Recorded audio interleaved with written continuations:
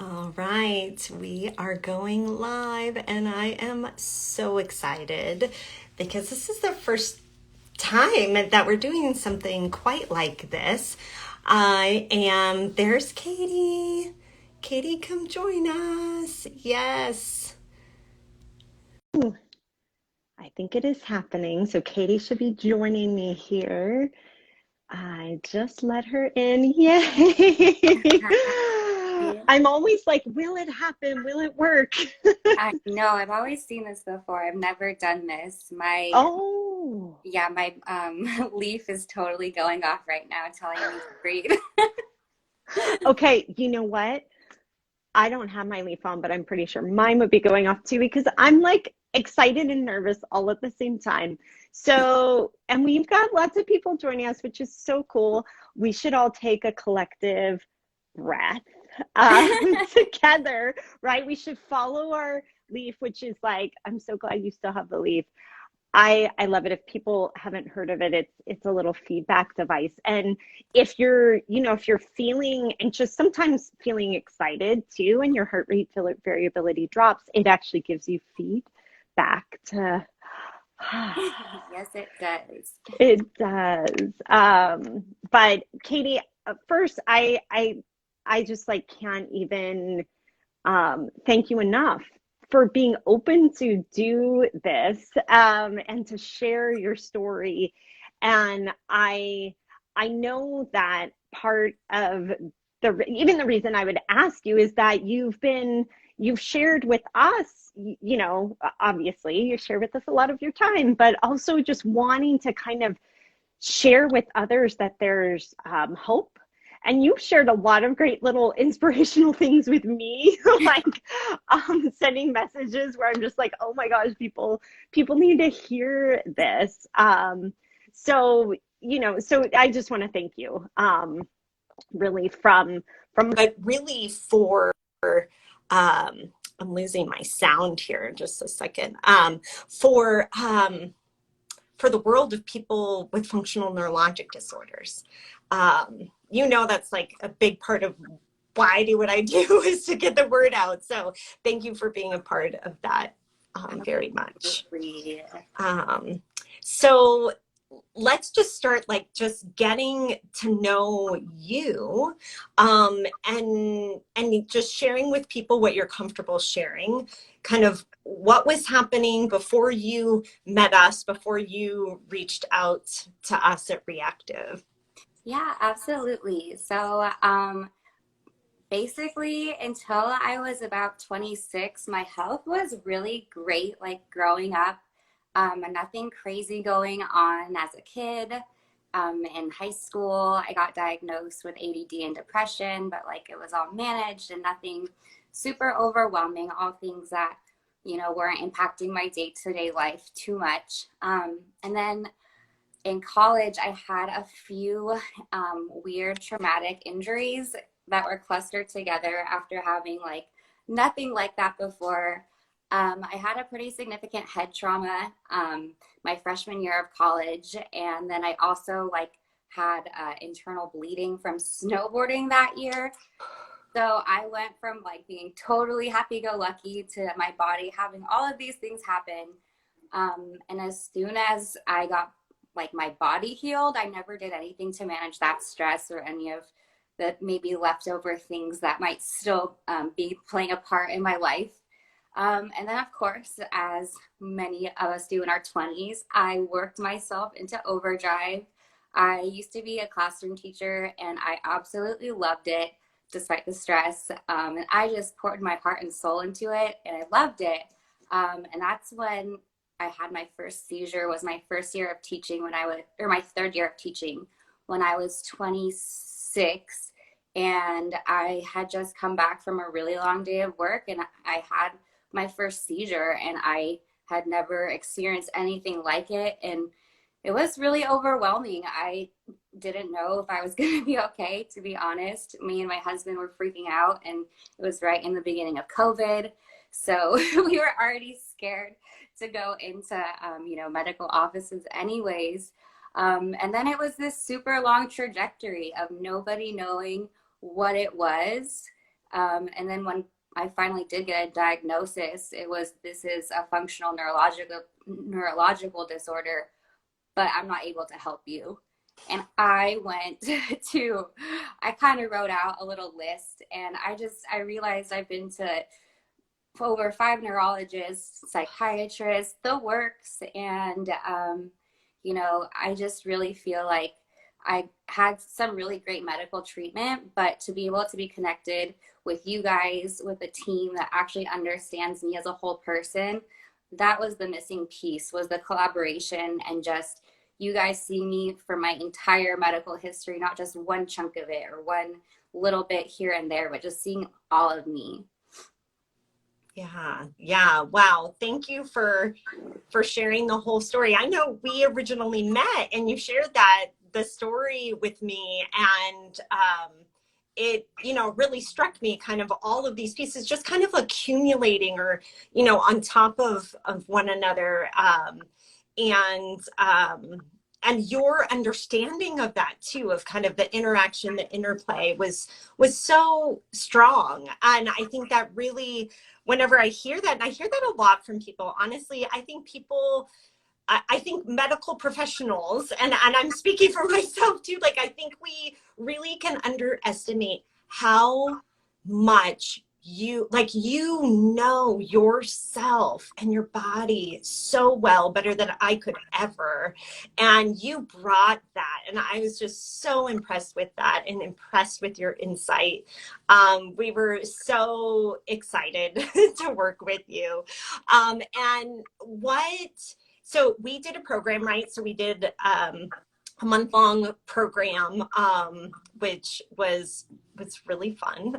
Quite honestly, it's like the highlight of my career is to be a part of these programs. And I just got out, like literally left a meeting to come here, our interdisciplinary group of PT, OT, psychology, yoga. You were a part of that, such an amazing group, but to work with them together, to see that person as a whole and to figure out things together as a whole is so powerful. And what do you see now? Now you're back home, you're living life. What are some of the changes that you've noticed for yourself? Well, the biggest things that have been so wonderful is first, not needing to use a cane has been incredible. I never thought, sorry. Actually, I'm not sorry. No, don't be sorry. That's one thing that y'all have taught me is don't be sorry. But walking with a cane as a 27, 28-year-old was hard. My husband, he wears scrubs for work, and a lot of times people would think he was my nurse. So to be able to feel like a 28-year-old again is incredible. Not having seizures all the time is incredible. Being able to work and knowing what my limits are is awesome. And finally being able to know, like, all the way if something's the right fit for me. I did have to recently make a decision that the career choice that I was currently in still wasn't the right fit for me. But I finally was able to know that this is the right move for my body, and I have no regrets, and I'm already in a new spot and it's going well for me. And it's just really cool that like this whole experience has taught me to like use my body as a compass, and my body is like constantly advocating for me, and I've just ignored it for so long. And now I'm just listening to it, and I don't have motor tics anymore, and I don't have vocal tics, and I'm not making weird noises in public, and just my quality of life is there. And I think the biggest thing is that I can be present, because I've been with so many people having so many conversations that I just wasn't able to be a part of. I don't remember what we were talking about because I was so focused on the buzzing in the background or the sun being too bright. And now I can focus on the big picture again. That's really moving. Like, I got to get myself together. Liv just joined us too. Olivia, who is the student here too. She said, "Go, Katie." And I think that's something that I learned from a lot of, I think maybe learn more from you than you learn from us. But one of the things that you have taught me is how, that tuning in, how powerful that can be, and how that has helped you. You shared with me about, I think I'm going to have to change jobs or career, but that's you listening. And how often I think just many of us might not listen to ourselves. And that you shared that with me, and that really, that touched me. And so you're really helping this girl, okay? Likewise. And many other people. And that, one piece of that, this is what something else that you shared with me, is how you tuned in and kind of befriended the FND or FMD, right? Can you talk about that a little bit? Yeah, so one way that I was kind of thinking about it is, when you look at your car and you don't know a lot about cars, and there's all these things on your dashboard that are telling you different levels of things, blah, blah, blah. I still don't know about cars, so, but I feel like my body is like that too. And I have all these things going on, and I chose not to learn about cars, but I chose to learn the language of my body and what those signals were and how to differentiate between what POTS feels like and what FMD feels like, and what part of this is anxiety and what part of this is sensory overload, and just having the time and the tools and the guidance to be able to figure those things out was really cool, especially because you guys took so much of like the scary out of it. Like the first time I walked in y'all's facility, I had a seizure on the floor, and Chelsea, my physical therapist, neurophysical therapist, she's the first person looking at me having a seizure with like this smile on her face of like, I know what to do here. And every other person that has looked at me having a seizure has been either crying or can't look at me. And just to have someone be like, I know what to do, it was the coolest thing. And I thank her so much for teaching me how to understand my body and befriend all of this, because now I just listen and it just seems like second nature now. Wow, that is like truly life-changing. And I remember actually being there that day, and Chelsea, sharing that with me, and she had the tools already like right there, and then we did this and then we did that, and and now you have that. That's what I think is like really powerful, is you have all of those things. You have those inside. Like, you don't need us. And that's like the most amazing thing as a therapist, to know that the person has developed all of those pieces. And honestly, I think we just kind of like, we were a little person on the journey that you were on already. And so that's really incredible. And I think it says a lot about your strength and ability to access this. I'm just so impressed. And there's people commenting on here that y'all are making them cry. Oh, no. They better be happy tears. Happy tears. I mean, that's definitely how I'm feeling pretty emotional about this, but it is definitely that feeling of joy that you're bringing. And Julie, one thing that I wanted to share is one thing that I think is a really interesting misconception in the medical world, at least from the patient side of it, is that you have to like be referred to somebody, or you have to know somebody to get in somewhere. But the way that I found Julie and how I found Re+active was literally during the pandemic, just scrolling through Instagram and just stumbling on her amazing Instagram page. And like, there was no magic person that said, go to Julie. Like, I just made the decision and reached out to her, and I mean, that was the best decision ever, was taking my health into my own hands and not just going down the path to the next line, to the next psychiatrist and next neurologist, but realizing like I really needed this and it was so worth it. And your health is worth it for sure. It's funny. I kind of had forgotten that story, and that it means so much. I mean, it's one of the reasons I I know I'm on Instagram a lot, but not like, it's not super comfortable for me to be honest.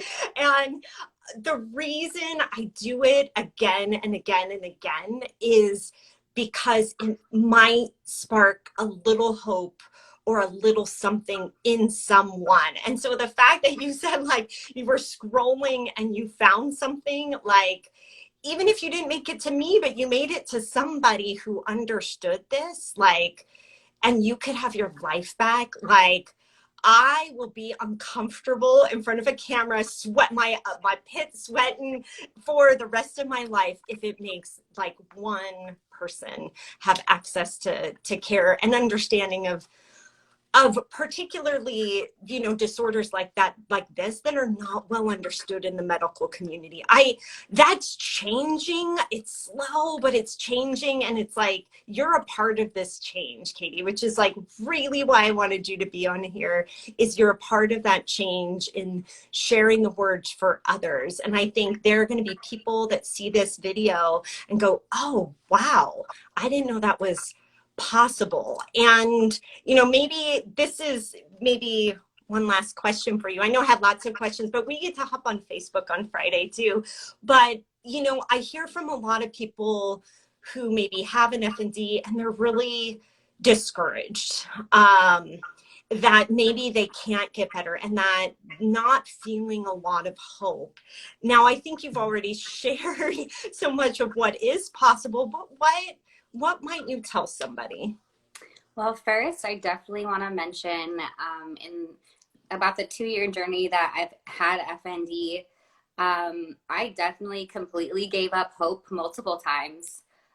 There were times that were better and worse, and there were times that I just completely thought this was what the rest of my life was going to be like. And me and my husband even started planning, like, what's life going to be like if I can't work for the rest of my life? What's life going to be like if we can't have kids?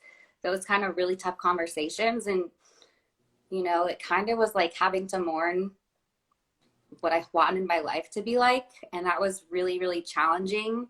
But the thing that gave me hope, the first thing that really gave me hope, was when I started doing CBIT tic therapy. I used to have really, really bad functional motor and vocal tics. I would be ticking like hundreds of times a day, so loud and crazy, and just there's so many things going on. And the first time I was able to manage a tic without suppressing it, and I realized, oh my gosh, I do have control of my body. Like, I'm not totally disconnected. And just that glimmer of hope right there was just enough to hold on to, that if I can stop one tic, then I can stop two. And if I can stop 2 tics, I can stop 5. And I just wanted to follow that momentum, and this is where it's taken me. Yeah, gosh, that is really powerful. And I think that speaks a lot. I know a lot of the people who watch this are healthcare providers, and that is, a really big reason why we educate about functional neurologic disorders, because it's often that like first session or first couple of sessions where we get to find ways to reveal that you do have some control, even in the smallest way. And it can be the tiniest thing.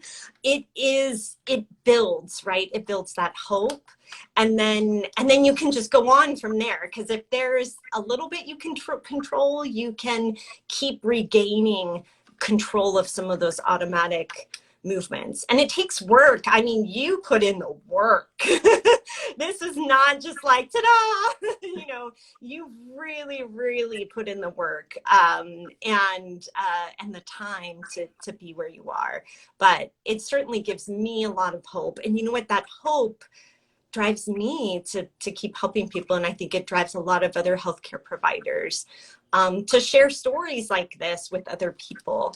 So that's why we're here. And I thank you so much. We'll talk about more too. We're going to hop on Facebook too, because that's another place a lot of people look through and find things. So we'll chat on Friday on Facebook. Katie, I am so thankful for you, for all I've learned from you, for all that you've shared, and you're really impacting people and helping change lives. So thank you so much. Thank you so much, you as well. And just thank you so much for giving me my quality of life back. Yeah, I know. All right. Thank you, Katie. Have a great night. I'll see you on Friday. Sounds good. Take care. Bye.